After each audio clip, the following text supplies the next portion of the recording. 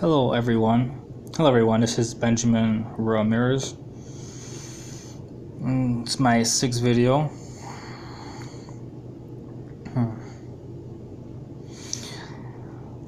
I'm not too familiar with too many openings except for D4, D5, so I just stick with that for now until I learn more. I haven't been doing my daily videos like I said I would, so I never do bishops first. I don't really I don't know anyone who actually does, so it's kind of a little weird for me. Not necessarily a bad move, but just not normal, I guess. Okay.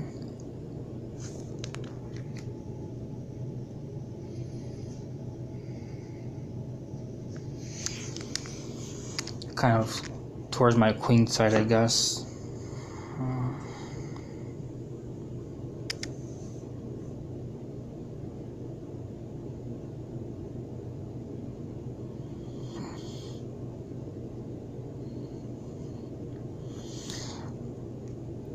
I guess I'll take my, if his bishop is targeting my queen side, I might as well see how this goes.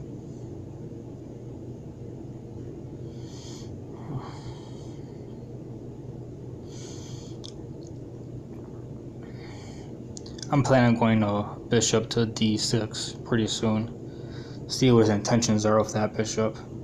Because I want to move my knight out, but I want to pin it.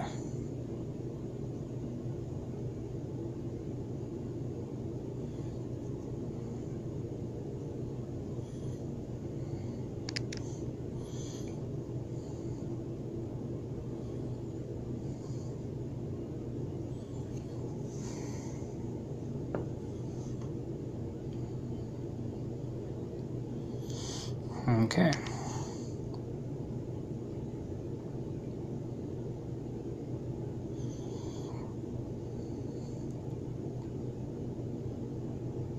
See, I'm not sure if I should trade my C pawn for his D pawn and then have it open fine, put my rook there.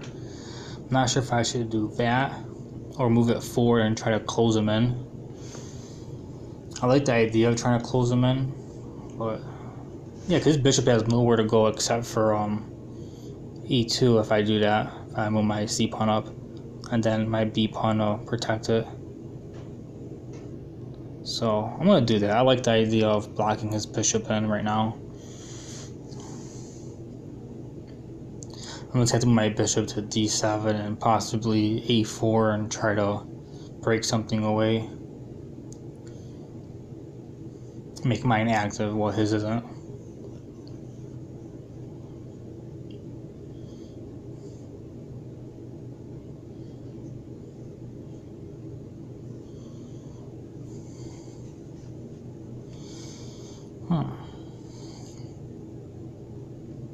Now I can ignore it, my G knight. If he captures, I just recapture and my bishop can be free, so I'm not going to worry about it. So I just move my knight to e7. If I go to f6, he can just move his e pawn down and forking my knight and queen, which would be horrible for me. That would be a bad blunder.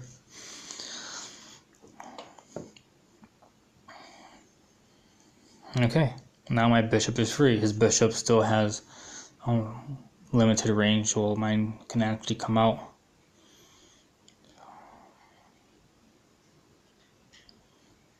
I'll just castle my rook probably to e5 unless he's probably gonna castle too. I'm thinking about probably go to f5. I'm not exactly sure. I guess attacking his queen side. Probably move my pawns up on the queen side, trying to go for that form of attack.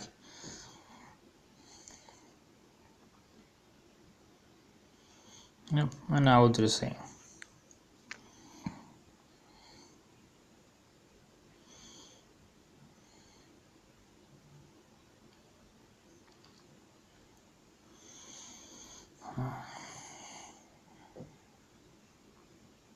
Now, if I move my bishop back and he takes it, I'll recapture with my f-pawn. If I move my bishop to g6 and he captures, and I capture with my f-pawn, I would literally have to change my whole attack to the king side because of the, the vulnerability there and the open files at the same time. If I want to keep my attack on the queen side, I should move it back. Right now he has nowhere to go with the knight if I move it back. So I'm just going to move it back for now.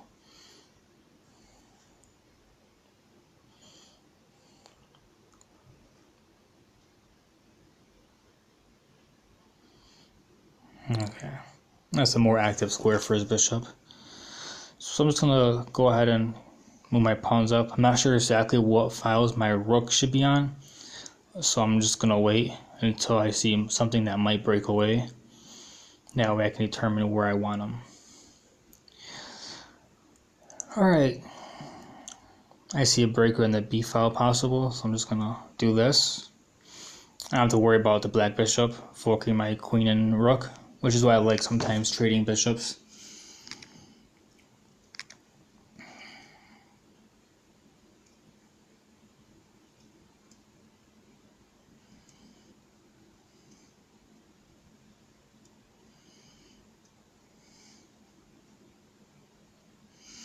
I'm not entirely sure what he's thinking about doing with that.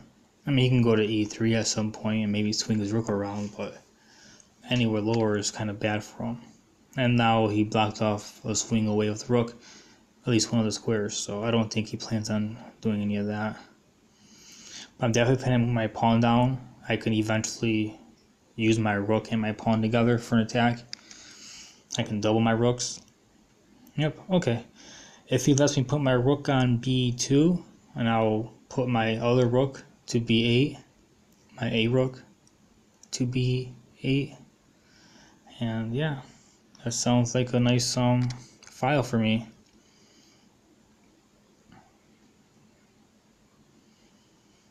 I'm not sure what he's doing there with his knights and all his pieces. It looks like it's going to take forever to get something going. But if he wants to try, he can try. Just looks like a whole lot of effort.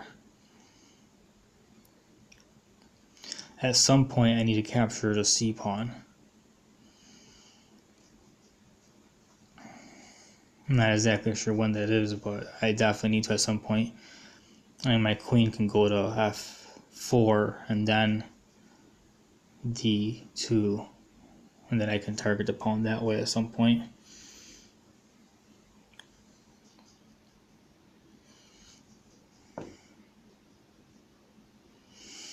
So, I'm gonna do this first. My rook first, then my queen over.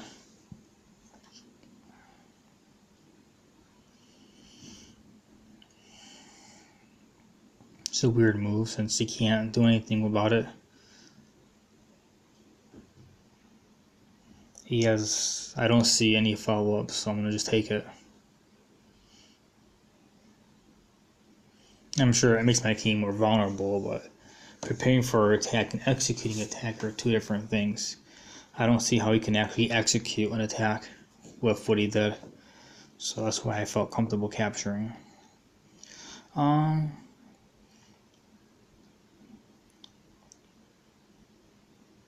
I'm going to capture my pawn because I wanted to do that with the queen, that one move. And also my king can actually go to f7 and be okay protected. f7, knight to g6, and you know, overall in general that'd be pretty nice. Okay, I guess not. He's going wild for some reason. Maybe he's seen an attack and wasn't able to fully go through with it. I don't want to capture with my knight because he's been going wild. If he moves other knight down to g6, I capture my pawn. He moves queen. I don't know. Let me think.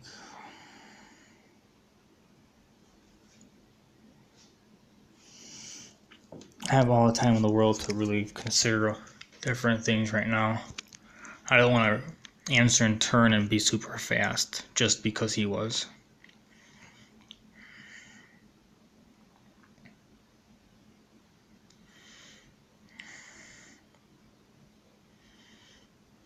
I'm going to capture with my pawn. My knight on e7 is blocking his h4 knight, basically counteractive.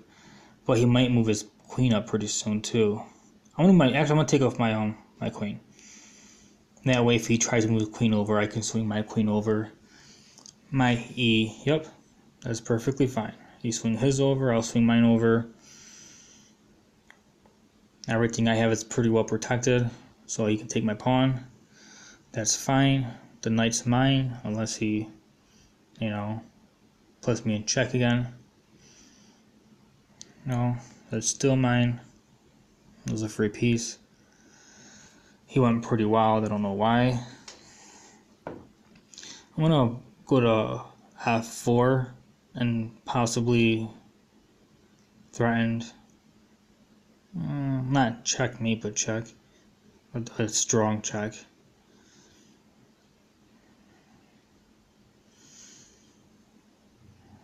Because they can threaten him losing his queen if he doesn't defend. If he doesn't defend it, he's losing his queen.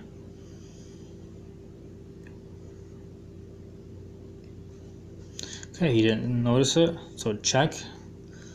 He can take it with the rook. Check, and then his queen.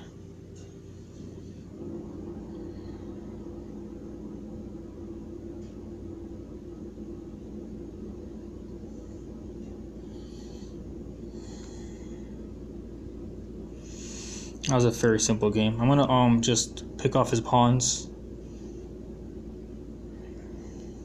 Check.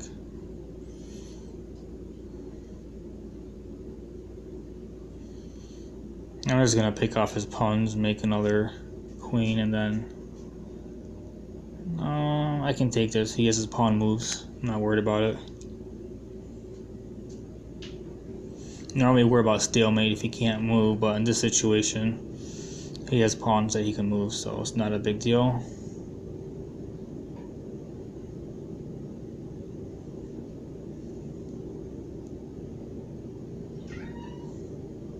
Alright.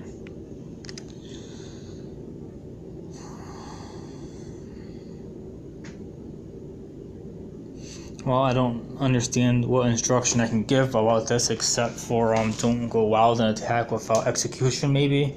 You don't sacrifice your piece unless you have a clear line of execution. He just started sacrificing. I guess he thought he could make my king vulnerable and attack later, is my guess. I used to do that when I started off, kind of, so he might have been starting off too. Alright, well, hope you enjoyed the video, and if you haven't subscribed, subscribe. I'll do one every couple of days.